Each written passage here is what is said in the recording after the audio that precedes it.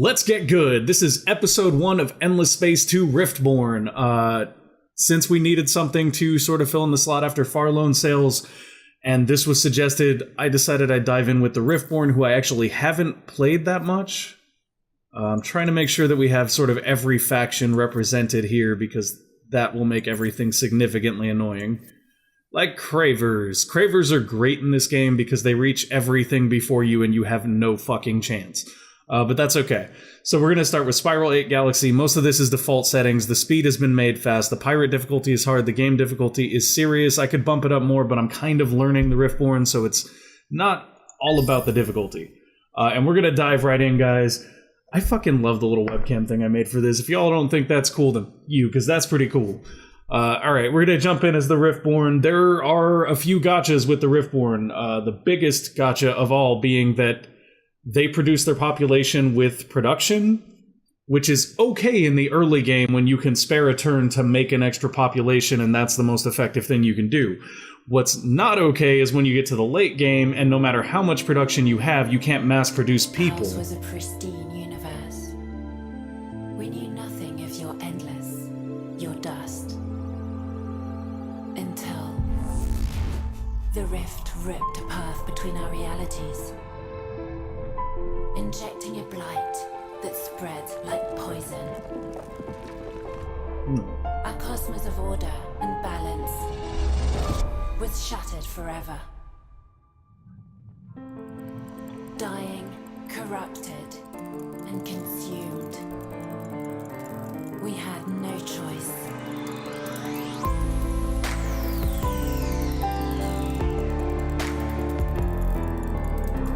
We are outcasts in the chaos that is your universe, willing to do anything to save our own.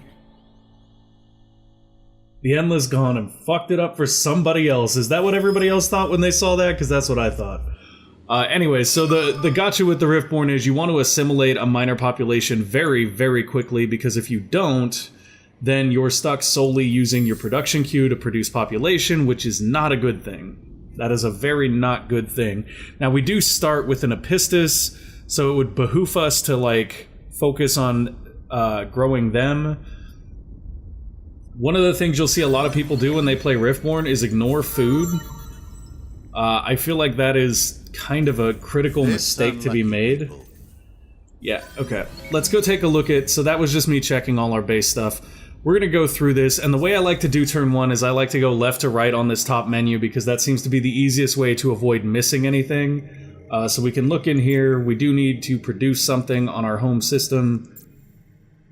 So we have a snow cold that we're starting on with Hyperium and Titanium. We can also colonize this hot sterile right here, which is nice. So, given that we have a snow cold and a hot sterile, what should our first production be? Let's see.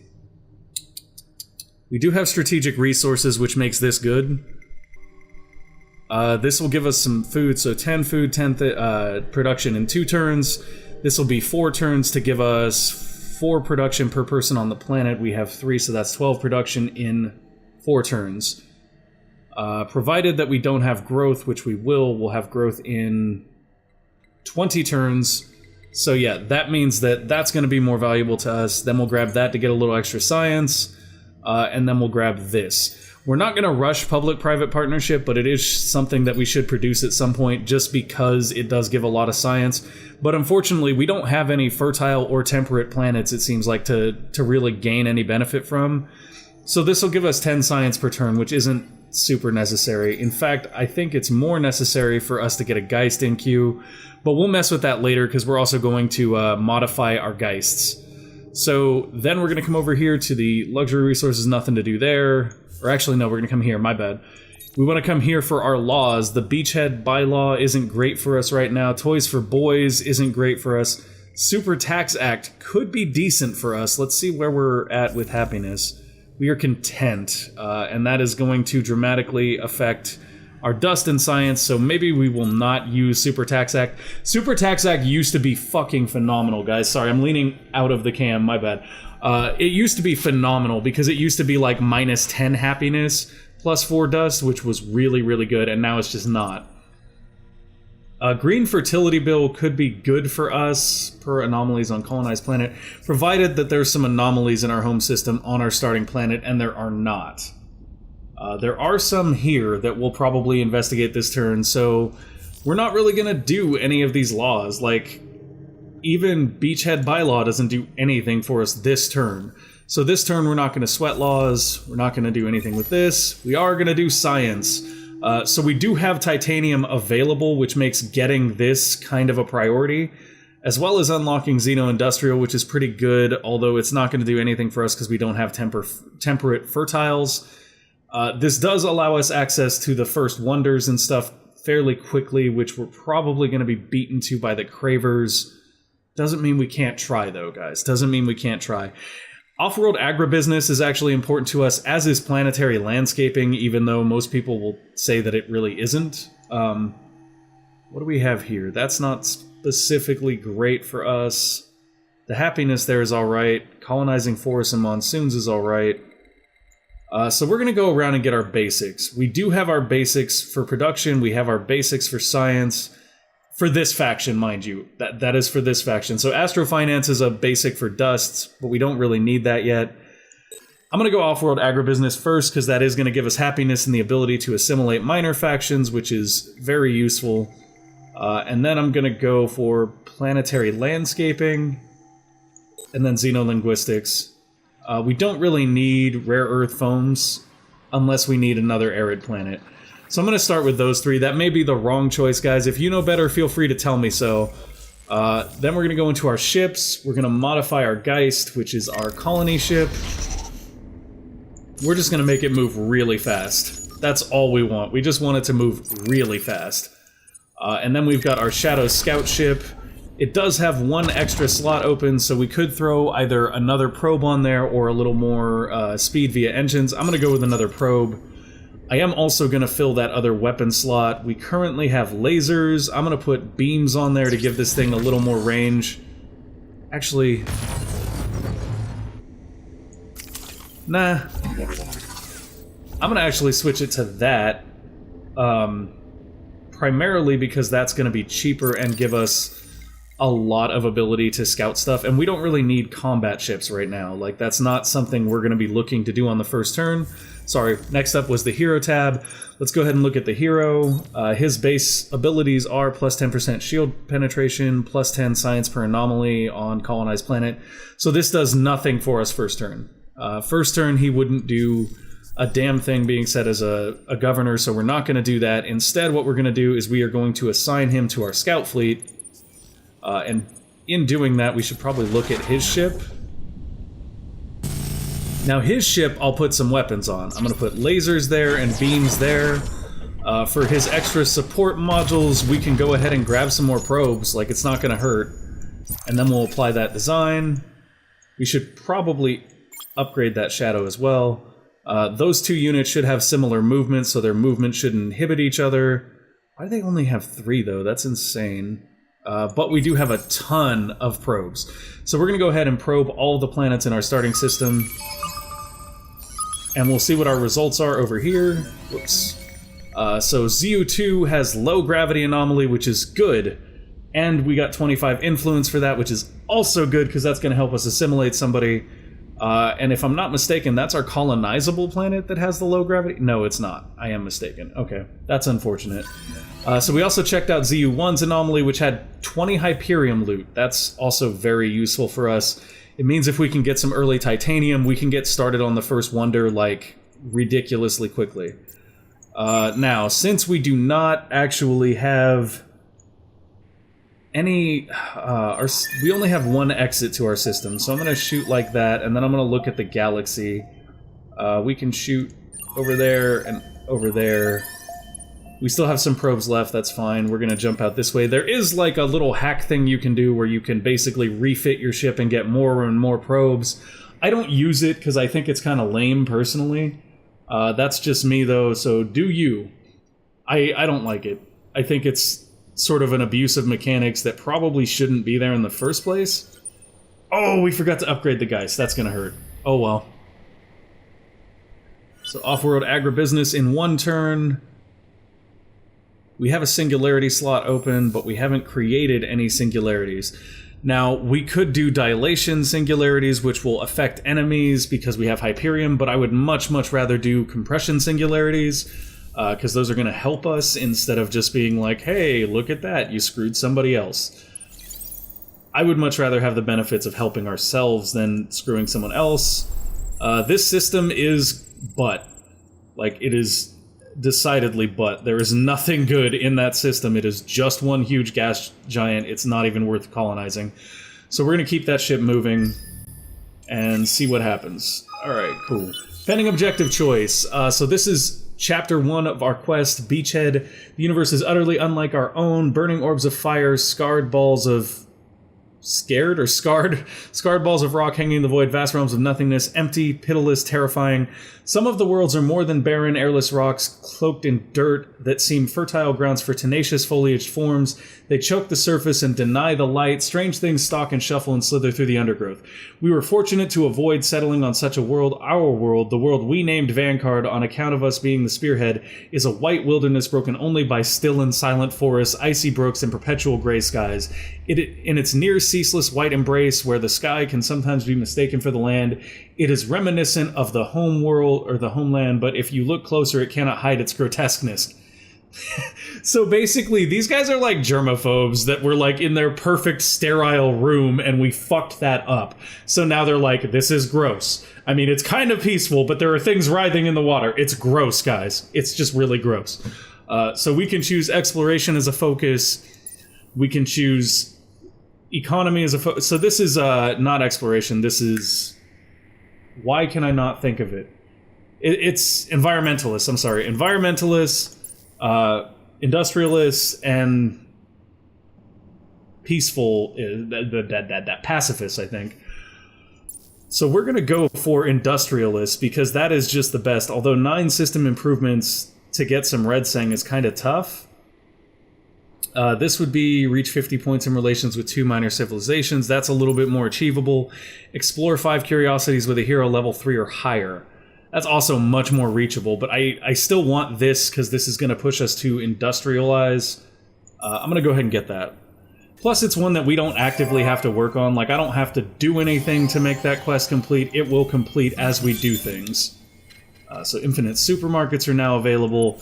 And getting 9 system improvements really shouldn't be that difficult. If it is, then we're doing something distinctly wrong. I'm going to go ahead and add that to queue and that to queue, but before I do, I'm debating whether or not it's going to take 3 turns to produce another population.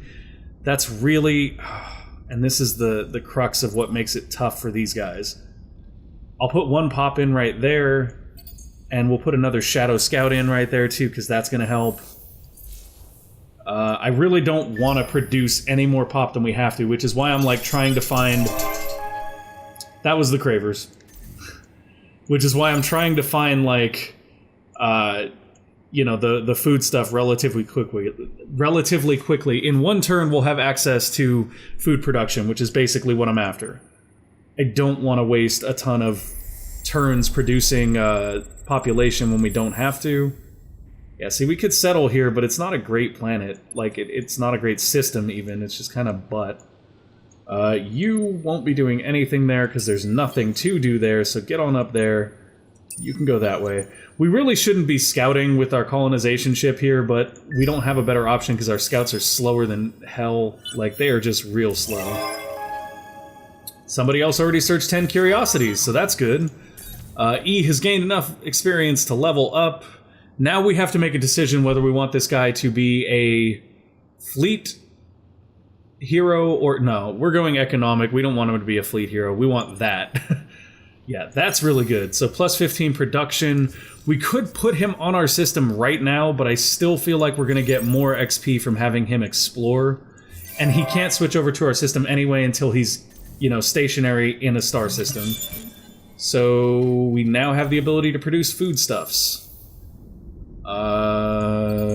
Interestingly enough,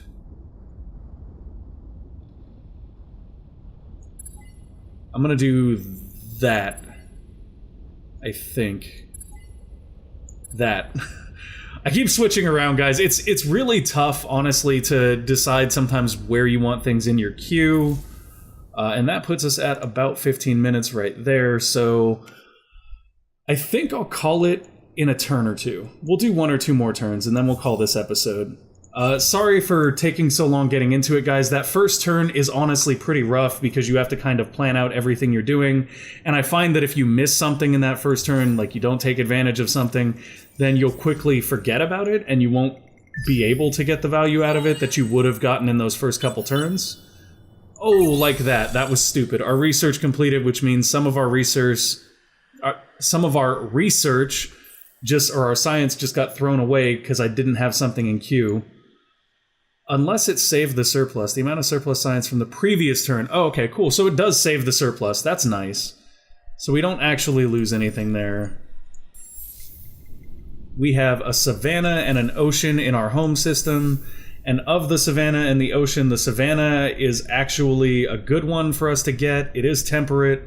However, the ocean is temperate, fertile. It does have this negative anomaly that reduces happiness, but it also has titanium and hyperium. So I think scientifically we're going to look at trying to find a way to colonize that ocean. I don't think we're going to get it this early. I think it's a little further out. Monsoon, forest, Terran. Where's the ocean? That's jungle. That's boreal. That's ocean. Okay, so it's actually not... I mean, it is tier 3, but it's tier 3 in Empire development, which is surprising. So we really want that ocean. It is a really, really nice planet for us. Lots of titanium, lots of hyperium. Plus, well, I mean, we could also get this savanna, which has deciduous trees. That's a good bet, too. So I think right now we're going to benefit the most. Rather from jumping into these things over here right now, I think we're going to benefit the most from primarily picking up the ability to colonize some of our home system planets. And that's because we're already kind of at limit. Like, yeah, we can colonize this guy, but that's only 3 slots. Right now we have very bad food production. Once our food production is better, though, we'll be looking to have population increase a lot faster. So we want to get to that savanna right away, I think. And that is right there. Can we just take that? We can. So we're going to get that savanna right away. That's fleet movement. That's useful, but not as useful to us right now. Where's the tech for the first Hyperium engines? That's actually what I'm curious about. Because that will be useful. I mean, this gives us the fleet movement engine, but it doesn't give us the regular engine. So I don't know where that comes from in particular. But this will help. So we'll start with that. And then we'll go back and grab our first money tech, because we don't have that yet. This will give us access to the Dinark University, which will be our first real influence generator, and the ability to colonize atolls. Or we can go here, get the Academy Embassy and the Spin Project, which will allow us to produce influence. This is the only early game way to produce influence, which makes it incredibly useful. So I think we'll go for that. Yeah, the Spin Project is actually my preferred early game Empire enhancement, just because it will actually allow us to generate that precious influence that can be very difficult to find in high enough quantities, especially if you're taking advantage of some of the higher tier laws. And I mean, realistically, what is the point of digging into one particular branch of laws if you're not going to exploit the higher level laws? So we really do want that extra influence. And every time we colonize something, the influence costs will go up, which is another thing we're trying to avoid. This is key, but it's not... I think it goes right there. I honestly feel like our shadow build needs to be updated. I don't like the dual probes as much as I think I'll like dual movement, so we're going to change that to that. And end our turn. Alright, what do we got? Actually, you know what? A suggestion was made to me to let you guys vote for a government, so maybe we'll do that. Maybe we'll push out to our first governmental election. I think that's turn 10. In the name of the 4 families. I greet you too. Nice to meet you. The Lumeris are somewhere. Apparently we're in their visual range, but they're not in our visual range because I can't see them. But we do know that they're out there now. We have quite a bit of dust. There's not exactly a lot we can do with it at the moment, though. Yeah, and see, now we're technically in overpopulation, so we should probably colonize this next.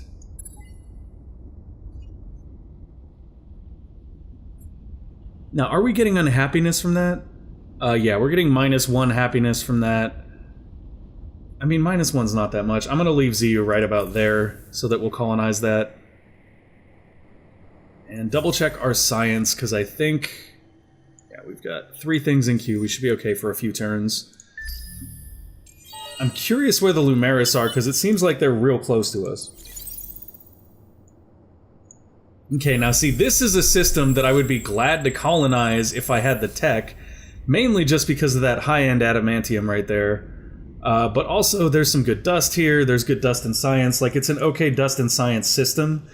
But so far, the systems we've found are either just not worth colonizing, or they're just not great in general.